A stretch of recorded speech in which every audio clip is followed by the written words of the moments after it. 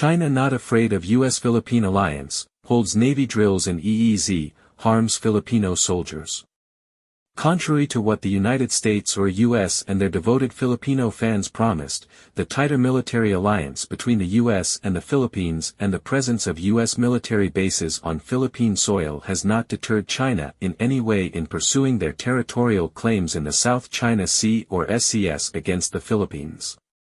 In fact, based on China's recent actions, the opposite is happening. China, it seems, has become more determined to fight for their territorial claims. The first of these actions was when China, for the very first time ever in the history of the relations between China and the Philippines, conducted a naval drill within the exclusive economic zone or EEZ of the Philippines. This was confirmed by no less than the Philippine Navy or PN itself when they revealed that Chinese warships belonging to the People's Liberation Army Navy or PLAN conducted a naval drill around the vicinity of Sabina Shoal, which is within the Philippines EEZ from June 4 to 11, 2024.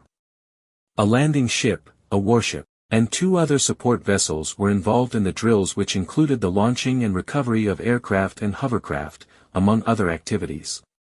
The second action by China is the more serious one, in again another first in the history of Philippine-China relations. Chinacoastguard or CCG personnel boarded Philippine vessels in Ayunginshoal. The Chinese report said that a supply ship and 2 rigidhullinflatable boats or rhib of the Philippines were attempting to deliver supplies to the brpsierramadre or LT-57 vessel when they collided with Chinese ships. These were then boarded, inspected and driven away.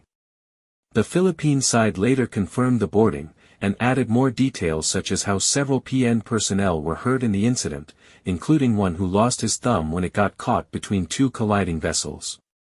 Some of the ribs were reportedly deliberately punctured, their navigational equipment smashed and their motors destroyed.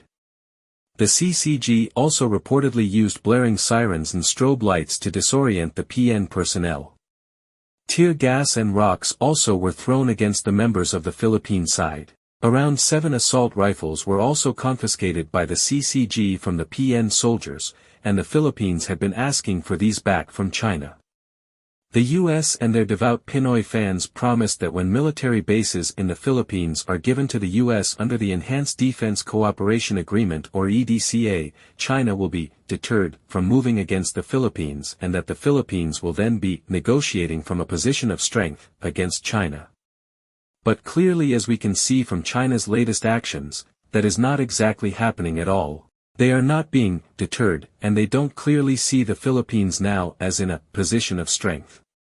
In fact, they have been emboldened to set an example with the Philippines, and the US so far has not given any worthwhile support to the Philippines. All the US has given so far are moral statements of support, and warnings, to China. They have not acted publicly to accompany and protect Philippine troops in Ayunginshoal.